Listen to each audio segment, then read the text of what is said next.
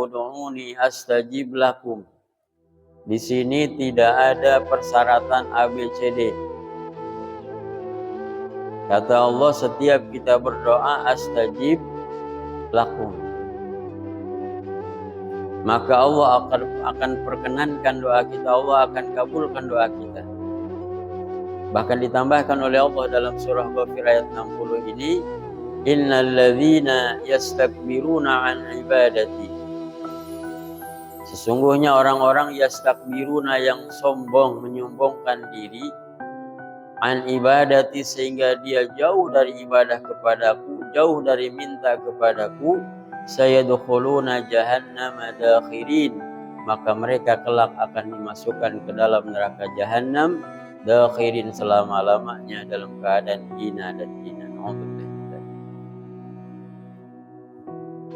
Dari sini kita tangkap intinya, yang pertama adalah bahwa setiap doa akan dikabulkan oleh Allah Subhanahu wa taala.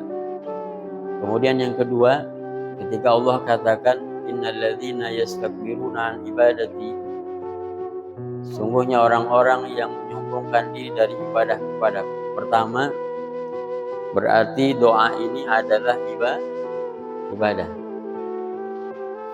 Yang kedua,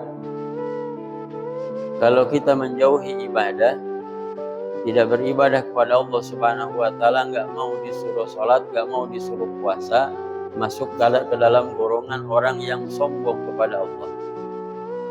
Yang diceritakan dalam kitab Tijan Ad-Daruri dikatakan bahwa ketika nanti kita di yaumil mahsyar, api itu, yang api neraka yang menyala-nyala ingin menyentuh kita.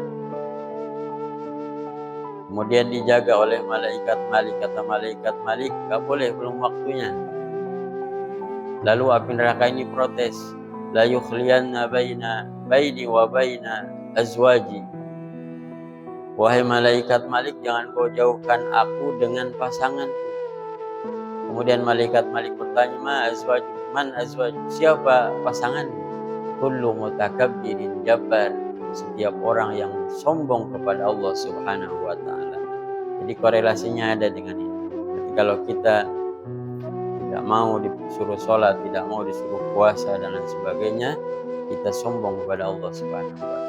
Kemudian yang ketiga, kalau kita meninggalkan ibadah, terutama dalam ayat ini adalah doa, maka kelak kita akan dimasukkan ke dalam neraka jahanam Allah Subhanahu wa taala dalam kondisi yang poin kita adalah bahwa setiap doa pasti dikabulkan oleh Allah. Lalu bagaimana hubungannya dengan maksiat tadi? Apakah Allah nggak sanggup mengabulkan doa kita gara-gara maksiat kita? Kalau begitu Allah salah dong, dalam surah Ghafir ini bohong dong sama kita. Padahal dalam surah ini tidak dipersyaratkan apapun. Ternyata penjelasannya begini hadirin. Maksiat itu ibarat, ya kalau kita diibaratkan gelas, maka maksiat itu ibarat tutupnya. Ibarat tutup gelasnya. Maka ketika gelas itu ditutup, apapun yang datang dari atas tidak akan bisa masuk ke dalam gelas, terutama yang baik-baik gak akan bisa masuk.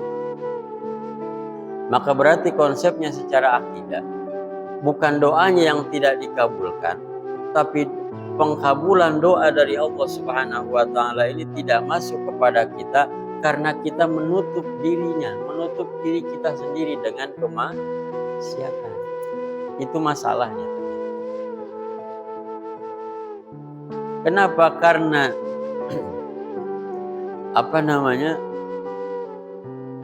pengkabulan doa ini adalah rahmat dari Allah, sesuatu yang mulia dari Allah. Dia tidak akan bisa masuk ke dalam jiwa yang masih ada kemaksiatan. Ini relevan dengan hadis Nabi Sallallahu Alaihi Wasallam yang mengatakan, al ilmu nurun wa nurullah la yuhda lil asi. Ilmu itu adalah cahaya, dan cahaya itu tidak akan bisa masuk ke dalam orang-orang yang hatinya banyak maksiat kepada Allah Subhanahu wa Ta'ala. Jadi begitu konsepnya, bukan berarti doanya nggak dikabulkan. Doanya dikabulkan, Allah berikan yang kita minta, tapi mental kembali. Kenapa? Karena diri kita tertutup dengan kemaksiatan. Na'udzubillahi min dzalik.